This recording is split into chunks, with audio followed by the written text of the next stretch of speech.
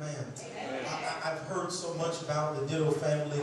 I do not really recall meeting them, but I give God praise for all of the great things that I've heard by way of my father. Give God praise for them. Amen. So we give God praise for this outstanding youth pastor. Come on, give God praise.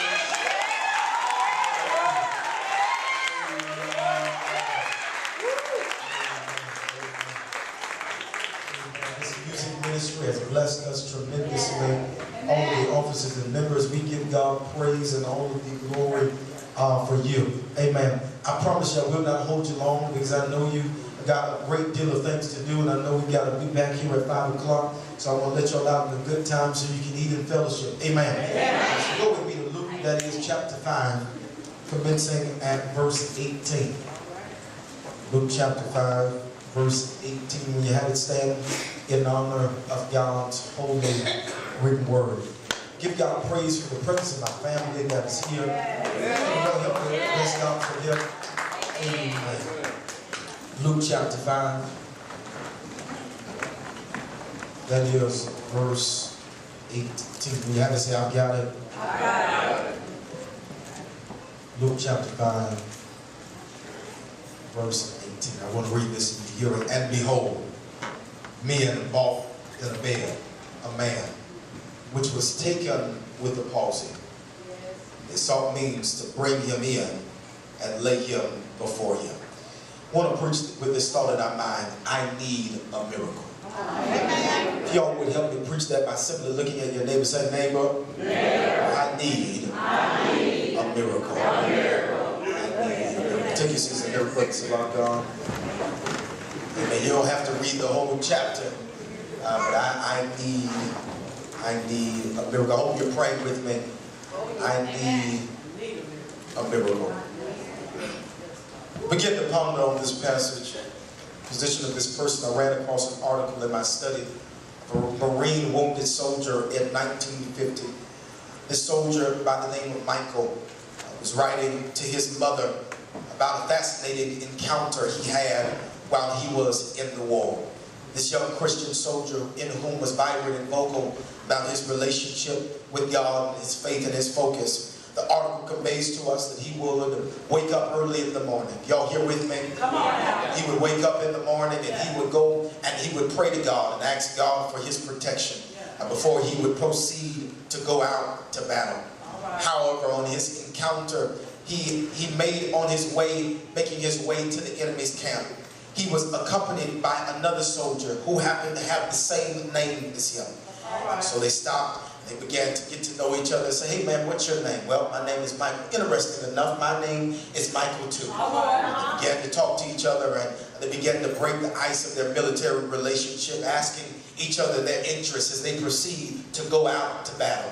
They began to go down this road to battle, and thereon Michael says to him, man, it looks like I feel as if there is going to be trouble ahead. Seemingly, as prophesied, there was trouble ahead. As they get down to the end of the road, they are surrounded by a camp of armies pointing guns at them. They're surrounded by the enemy, and all they have is what they came with was themselves. All they had was each other. They went out to the enemy's camp, and so Michael, who I told you about in our introduction, he utters what is our topic. They say, I need a miracle. As Michael looked up, he seen new Michael standing up as an angel, taking all of the bullets for him. He tells old Michael, go on back and run down to the enemies. Go on back to our camp. He goes back to the camp. And he goes and he finds his sergeant, and then he finds his chaplain. He finds the sergeant. He tells him, hey sergeant, I met a man with the same name as I. The sergeant was looking at him confused, perplexed, wondering how is it that he knew and met a man with the same name as him, because he was the only Michael that was in the camp. He tells him, he says, okay, well, maybe you might want to go find the chaplain. He tells them to go find the chaplain. He runs and finds the chaplain. He says, chaplain, I met a man with the same name as I told the sergeant that he had the same name as I. The sergeant said there's only one Michael in this camp. And then the chaplain presented to him a Bible. He tells him to go to the book of Revelation, where Revelation says the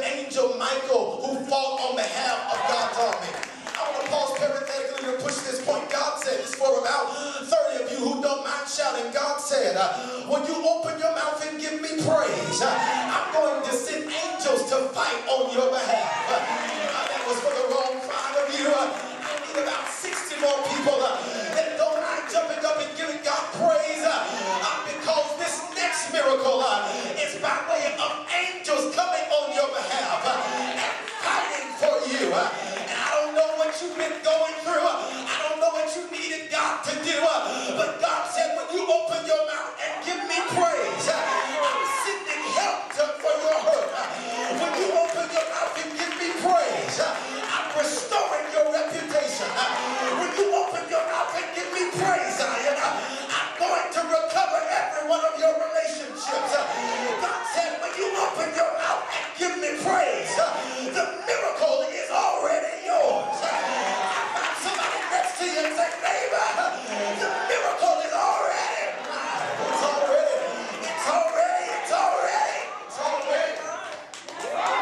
So here it is, as we zoom into a pivotal and essential part of the ministry of Jesus. We find that Jesus is preaching motivational messages. We find that we are in what scholars would say we are in the Master's miracles. Here it is. This is not the first miracle that's performed by Jesus. But if you begin to study the moves of Jesus, you would understand that in Luke chapter 4, verses 33 through 37, we see the healing of the possessed man at Capernaum. But not only do we see it there, but we see it in Luke chapter 4, verses 38 through 39. For we see the healing of Peter's mother-in-law. Do I have the Bible readers in here? And so not only do we find it there, we find it in Luke chapter 5, verses 2 through 11. We see the healing, we see the miracle of the catching of fish. And here it is. We zoom in to a pivotal case. Just like Michael in our introduction of a particular man that needs a miracle.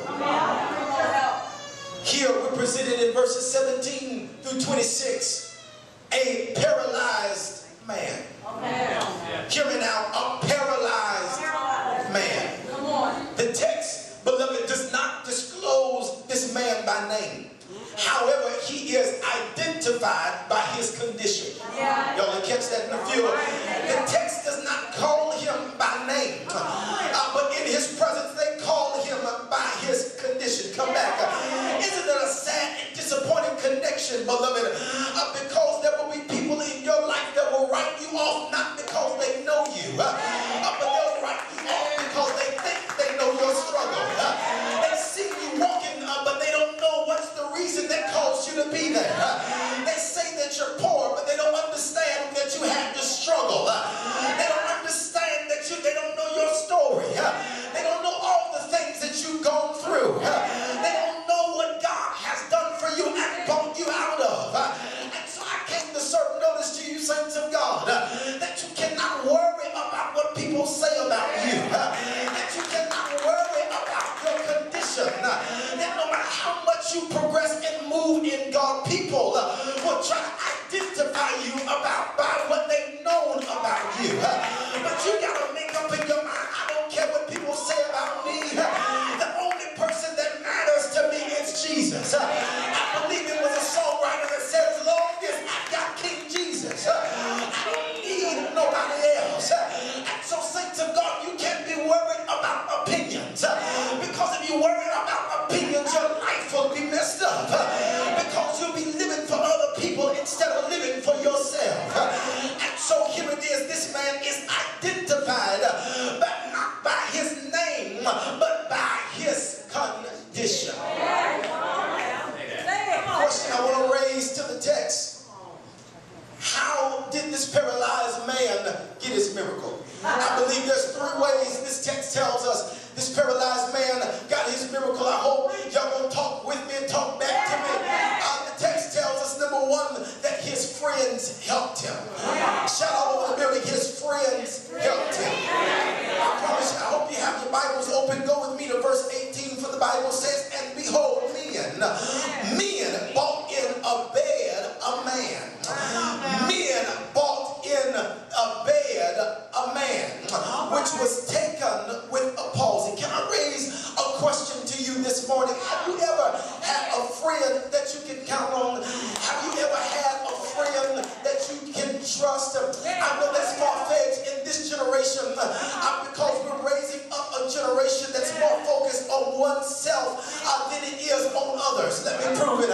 We've got more things that's pointed towards self than others. Here it is.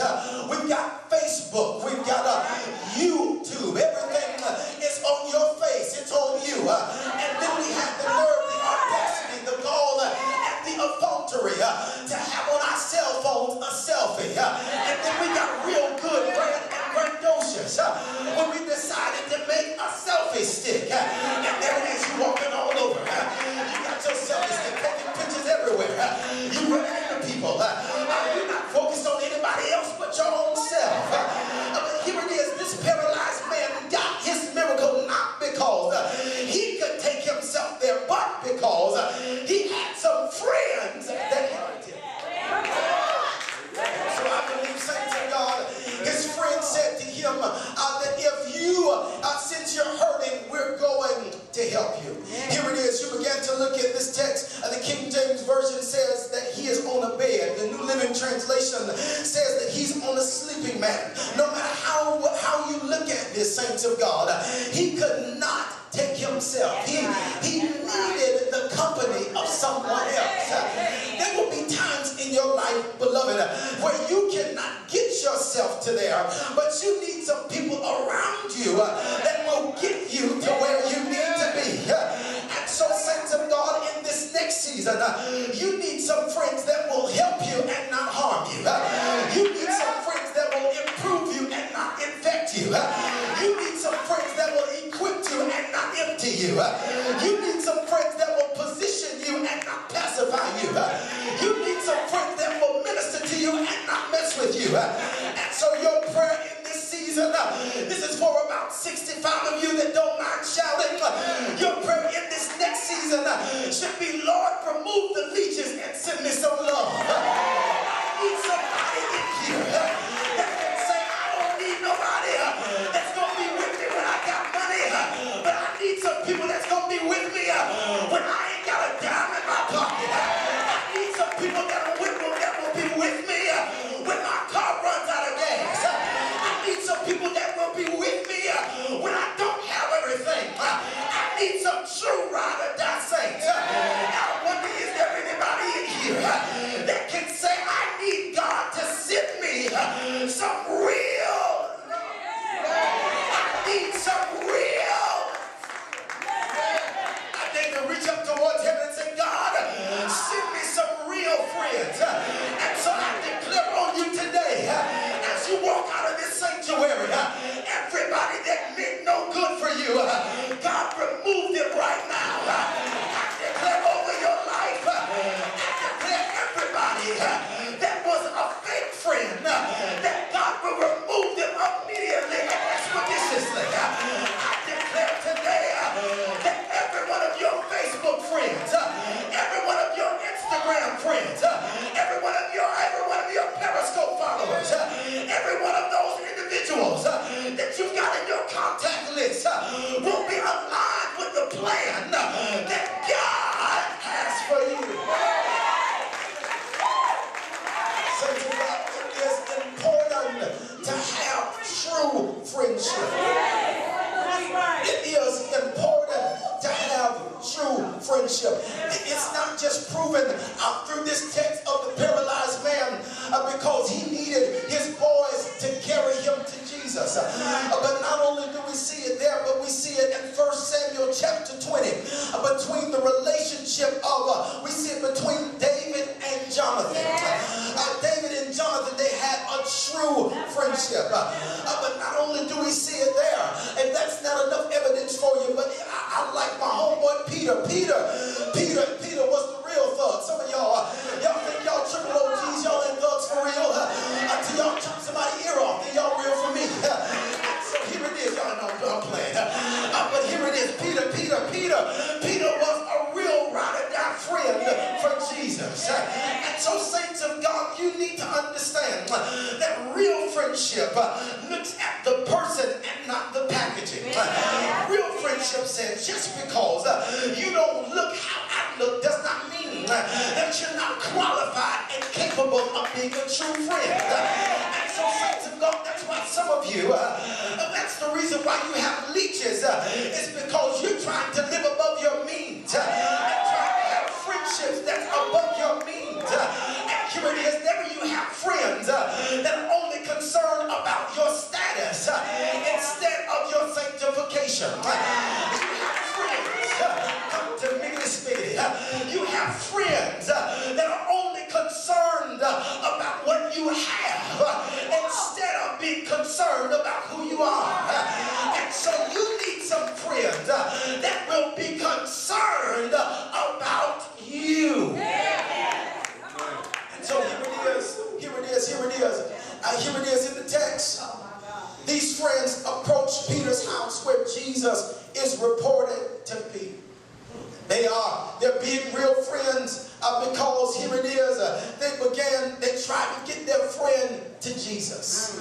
Trying to get their friend to Jesus because they understood that Jesus was the only one that could heal this man's condition.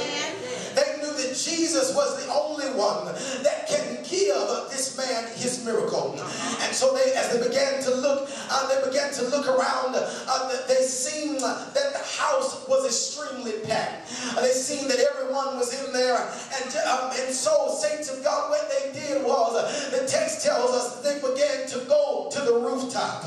They began to go to the rooftop and began tearing the roof off for their friend. And so, saints of God, you need some friends that don't mind tearing some things off just to help you to get to where you are. You need some friends that will sacrifice into your business. You need some friends that will sacrifice into your mission. You need some friends that will look out for you. You need some friends that will touch and agree with the plan that God has for you. And so just like this man in this text, they began to tear the roof off and they began to tear everything off and lower their friend down before Jesus. Began to lower him down before Jesus. But not only do we see that his friends helped him, but secondly, we see that his forgiver healed him. I hope you have your Bible open, because look at verse 20, for the Bible says, and when he saw their faith, he said unto them, man, thy sins are forgiven. He says, and when he saw their faith, everybody say saw. And when he saw their faith, he said, man, thy sins are forgiven.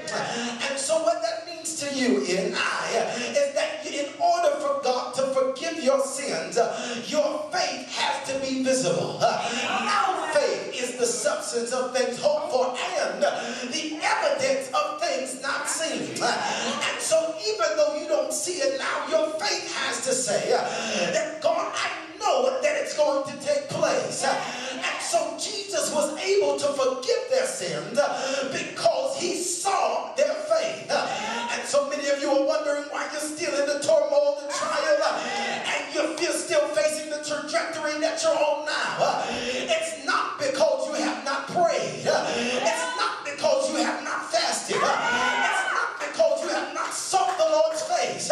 It's because God cannot see your faith. I feel like preaching in here. If y'all will help me, he has to see your faith. If you want God to move on your behalf, he has to see your faith. Not somebody next to you and say, neighbor, he got to see your faith. He has to see your faith. And so I know it looks tough for you right now, but you got to have faith in your Father. I know it seems right now you have more bills than money, but you got to have faith in your Father. I know it seems right now that you're in the worst of the worst, but you got to have faith in your Father. Now unto him who is able to do exceedingly and abundantly above all that you ask, think, or imagine. And so I came to tell you, saints of God, you got to have faith in your Father, because if he did it before, he will certainly do it again. I said if he did it before, he'll do it again. And so you ought to give God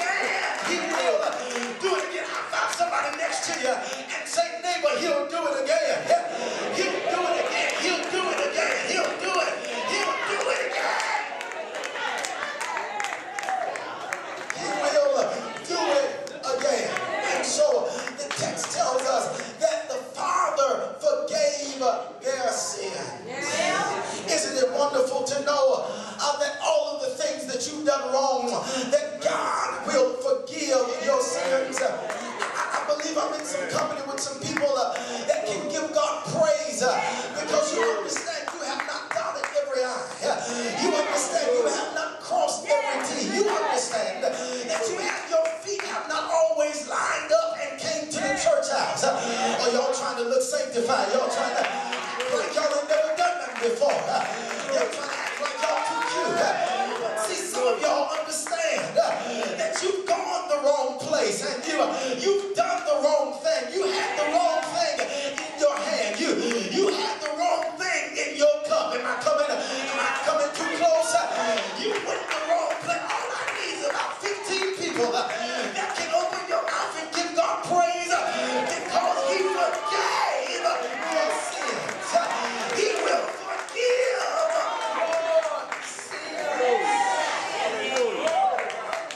He will forgive your sins.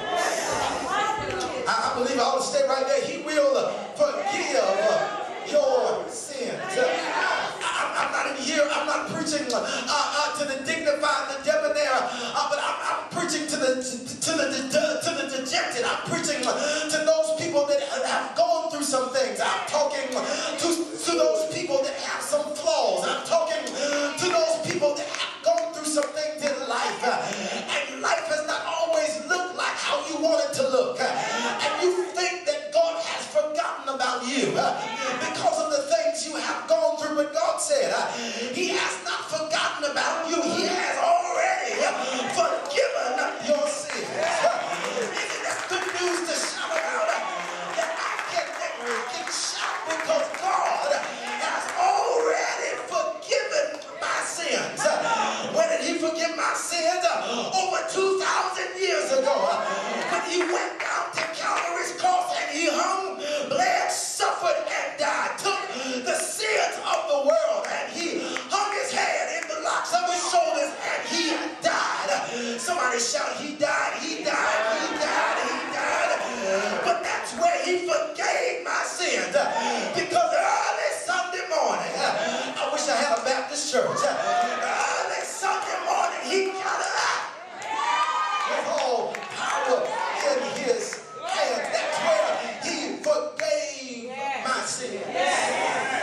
But when you begin to look at this text, be seated, please. When you begin to look at this text, you'll see it's interesting to me that whenever you're being helped and whenever you're being healed, you're always going to have some haters. Yes. Oh, yes.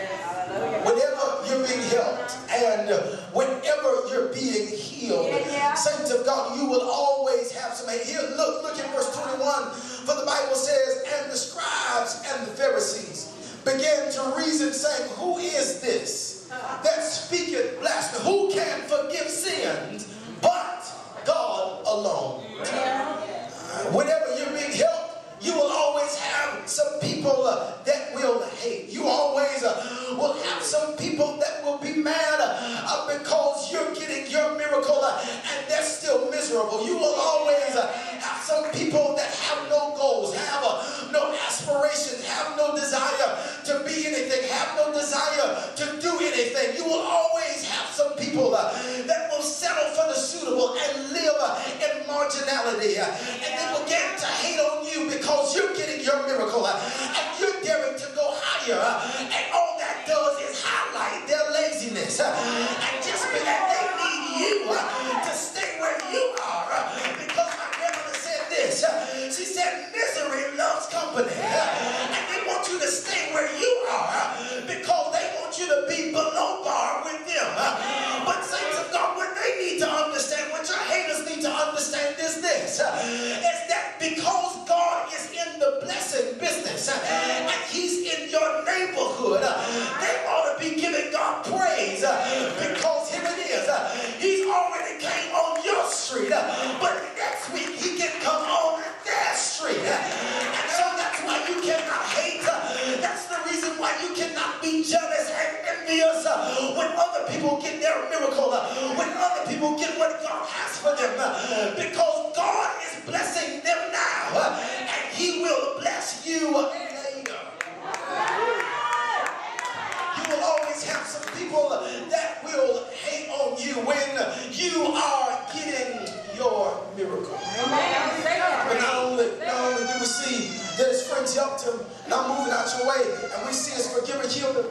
But finally, we see that his family was happy for him. Everybody shout out loud, his family was happy for him. We get to look at verses 25 through 26. The Bible says, and immediately he arose up before them and took up their whereon he lay and departed to his own house. Everybody shout his own house. His own house. And they were all amazed. Y'all see that there? And they glorified God and were filled with fear, saying, we have seen strange things today. Here, they shouted, this family was happy for him because they seen him when he left with a condition. But then when he came back, they seen him changed. When he left, when he departed, he was there with a condition. But then when he got back, God had already healed his body. When he left, somebody had to carry him. But when he came back walking to his own house. When he left, saints of God, somebody had to take him there. But then the text says, and immediately he rose up and began glorifying God. And he went to his own house. And I came to tell 65 of you today that God says it's time for you to raise up and go back to your own house and tell everybody what God has done for you. It's time for you to raise up and go ahead and give him praise and tell your own house that if God did it before, he will certainly do it again. It's time for the family to go ahead on and get happy. I'm getting out of here, y'all. It's time for the family to go ahead on and get happy because the Lord has already forgiven my sins. And not only has he forgiven my sins, but the Lord healed my body. And is there anybody here that knows you needed a miracle? And the Lord has already healed you. And you may not have needed a physical healing, but maybe you needed a mental healing. And maybe you needed an emotional healing. But can I tell you that the miracle is already yours? Whatever you needed the Lord to do, he's already done it for you. Let's go ahead and get out of here. Grab that neighbor's hand and tell your neighbor that if he did it before, he will do it again. If he did it before, he'll do it again. If he did it before, he'll do it again. If he healed your body, he'll do it again. If he made a way, he'll do it again. If he opened doors, he'll do it again. And you ought not wait until the battle is over, but you ought to go ahead and shout now.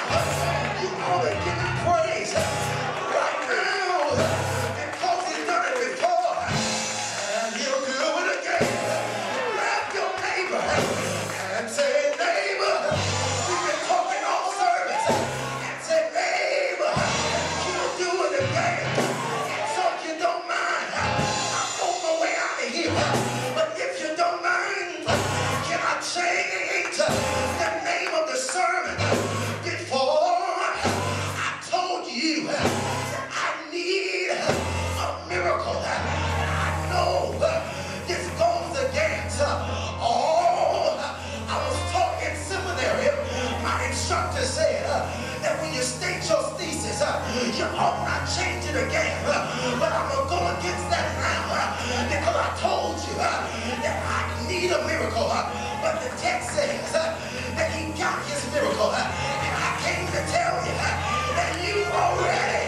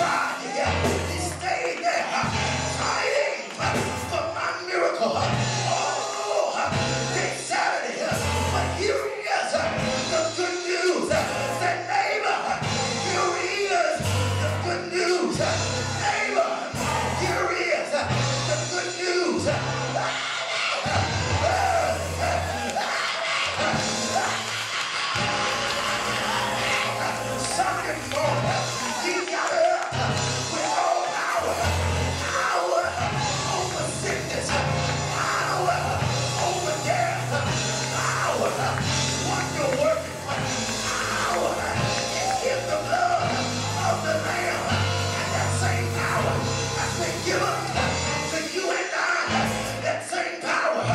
You got it. Grab that neighbor and say, neighbor, you got the power. You got the power. You got the power. You got the power. You got the power.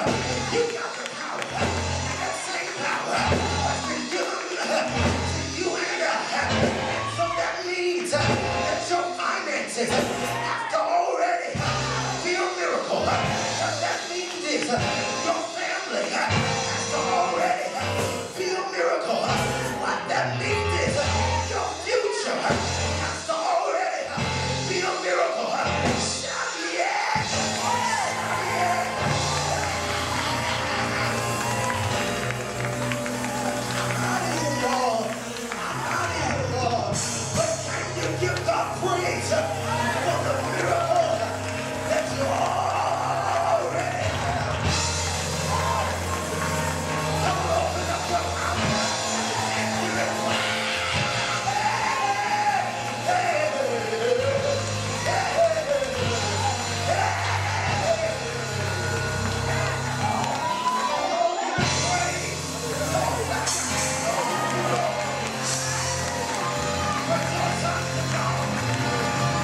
Hey, hey, hey. When I think of the goodness of Jesus,